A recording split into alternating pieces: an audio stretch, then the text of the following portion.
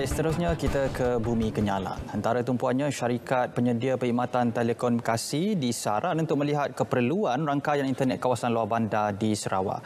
Untuk perkembangannya, langsung bersama Norsila Talaha di sana. Norsila, silakan.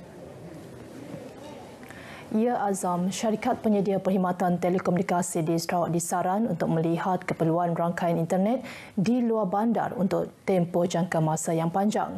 Menteri Utiliti dan Telekomunikasi Datuk Julaihi Narawi berkata, perkhidmatan internet sememangnya lebih membawa keuntungan di kawasan bandar, namun perlu dilihat kerajaan Sarawak amat komited dalam mempromosikan penjitilan kerana ia mampu memberi pulangan lumayan pada masa akan datang.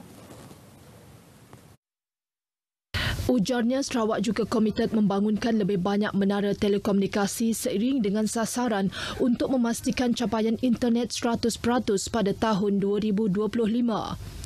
Untuk mencapai sasaran itu, Sarawak memerlukan 7,000 menara telekomunikasi, namun setakat ini hanya 50% menara telekomunikasi yang telah dibangunkan di negeri ini.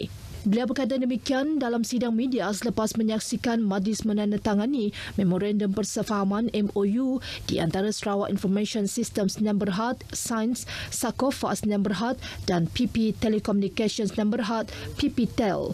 Terdahulu dalam ucapannya, Datuk Julaihi memberitahu ketiga-tiga pihak akan bersama-sama menyelesaikan perkhidmatan dan penyelesaian menyeluruh termasuk infrastruktur, kandungan dan aplikasi bagi memenuhi inisiatif transformasi digital yang ditetapkan dalam strategi pembangunan pasca COVID-19 PCDS 2030. Kerjasama berkenaan akan menyediakan ekosistem lengkap untuk penjitilan Sarawak dengan lebih berkesan. Dalam pada itu, majlis menandatangani MOU tersebut diwakili oleh ketiga-tiga pengerusi syarikat iaitu Datuk Patinggi Tan Sri Dr. George Chan mewakili Sains, Tan Sri Datuk Amar Abdul Aziz Datuk Hussein mewakili Sakofa, manakala PPTEL diwakili oleh Abang Abdillah Izzarim, Datuk Patinggi Abang Abdul Rahman Johari. Masyarakat yang mempunyai bakat dan kemahiran dalam membuat kek diseru menggunakan bakat mereka bagi menjana pendapatan untuk diri sendiri dan keluarga. Menteri Pelancongan Seni dan Budaya Datuk Sri Nancy Shukri berkata, mereka boleh menggunakan kemahiran dan bakat tersebut untuk mempertingkatkan tahap ekonomi masing-masing. Malah beliau berharap golongan itu dapat merebut segala peluang untuk menambah kemahiran dan ilmu sekaligus menjana pendapatan tambahan termasuk menjadi usahawan. This is something yang kita nak galakkan di kalangan masyarakat. So masyarakat kita mempunyai kemahiran. Apa juga kemahiran yang boleh digunakan untuk menjana pendapatan untuk diri sendiri. So this is something that we should be encouraging. Tak kira lelaki ke perempuan, whatever level you graduate ke apa, we must remember that skill is something that you learn for yourself.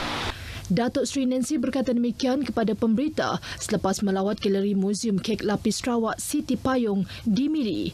Beliau juga memuji usaha galeri muzium berkenaan yang mengetengahkan produk tersebut kepada pelancong yang berkunjung ke Miri.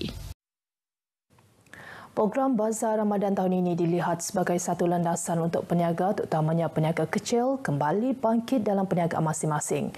Sehubungan dengan itu, Ahli Dewan Undangan Negeri Adun Lingga, Dayang Norazah Awang Sohor mengambil beberapa inisiatif untuk menaikkan semangat para peniaga program Bazar Ramadan kawasan Lingga. Antara inisiatif tersebut adalah membantu mereka mendapatkan sijil penyediaan makanan dan memberi suntikan typhoid secara percuma selain mengurangkan kadar sewa tapak dari RM100 ke RM80 sepanjang Ramadan. Ditemui pemberita semasa perasmian Bazar Ramadan Dun Lingga di Sri Aman, Dayang Norazah mahu peniaga di kawasan itu terus berusaha memulihkan ekonomi masing-masing. Beliau yakin fasa peralihan ke endemik akan memberi lebih ruang dan peluang kepada peniaga untuk menjana pendapatan mereka. Dalam aspek pembangunan pula, beliau berharap rakyat dapat berfikiran positif dan terbuka dalam menerima segala perubahan dan perancangan pembangunan daripada kerajaan. Jelasnya ini terutama sekali melibatkan perkembangan dalam ekonomi digital yang menuntut masyarakat untuk sama-sama bergerak ke arah digitalisasi. Kita pun tahu kerajaan kita sekarang masih lagi menggiatkan penggunaan digital untuk apa-apa pun platform, maka seluruh Sarawak untuk menerima perubahan itu secara terbuka, secara positif dan belajar sedikit demi sedikit. Saya tahu kawasan pedalaman masih sukar untuk menerima perubahan tersebut, namun kita harus belajar kerana kita ingin menaik taraf kehidupan kita yang lebih baik. Sementara itu, golongan peniaga yang ditemui berasa lega dan bersyukur kerana tahun ini Bazar Ramadan dapat kembali beroperasi walaupun dalam keadaan norma baru. Bila bazar dah lama saya dah nak, jadi bila dah buka orang excited lah, jadi nak pergi, banyak yang datang. Kan selalunya di Bazar Ramadan tu je lah pendapatan kita orang lebih. Semoga bulan tu ada penambahan untuk income sebulan tu lah. Sebab bulan-bulan yang lainnya macam biasa je. Pendapatan kami kena tu okey lah. Sangat lumayan juga lah rezeki. Sebab dah lama dah kita ada bazar macam tu. Jadi kami rasa sangat bangga lah dengan baby. Nyedia apa yang kami perlukan lah bagi tahun tu. Tahun ini terdapat kira-kira 150 peniaga Bazar Ramadan di kawasan Sri Aman dengan sebahagiannya dikendalikan badan bukan kerajaan. Penyampai radio dan kaki tangan Jabatan Penyiaran Malaysia RTM Sarawak dinasihat untuk sentiasa menyemak kesahihan dan ketepatan maklumat berita atau rancangan yang hendak disiarkan.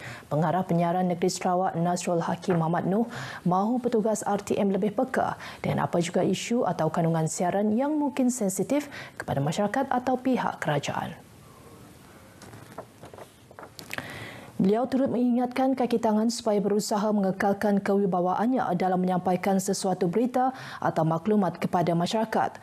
Tambah beliau lagi, bulan Ramadan, siaran RTM sama ada stesen nasional, negeri maupun tempatan menjadi rujukan umat Islam bagi mendapatkan jadual waktu sembahyang dan berbuka puasa.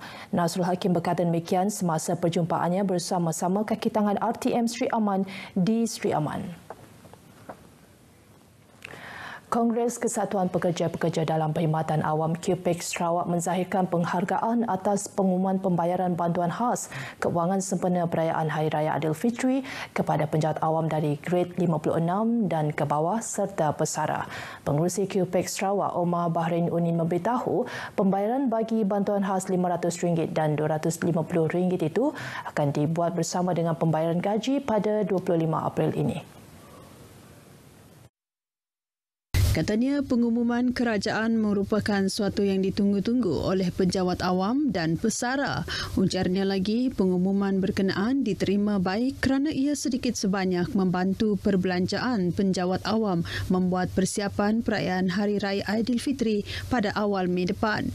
Omar Bahrain berharap agar semua penjawat awam dapat memberi perkhidmatan yang terbaik dan sentiasa meningkatkan produktiviti kepada masyarakat. Beliau turut menasihatkan penjawat awam supaya bijak berbelanja. Program Kasih Ramadan telah menyantuni lebih 1,000 keluarga asnaf di negeri ini menerusi bantuan daripada Pejabat Baitul Mal Sarawak yang bermula pada 1 April lepas.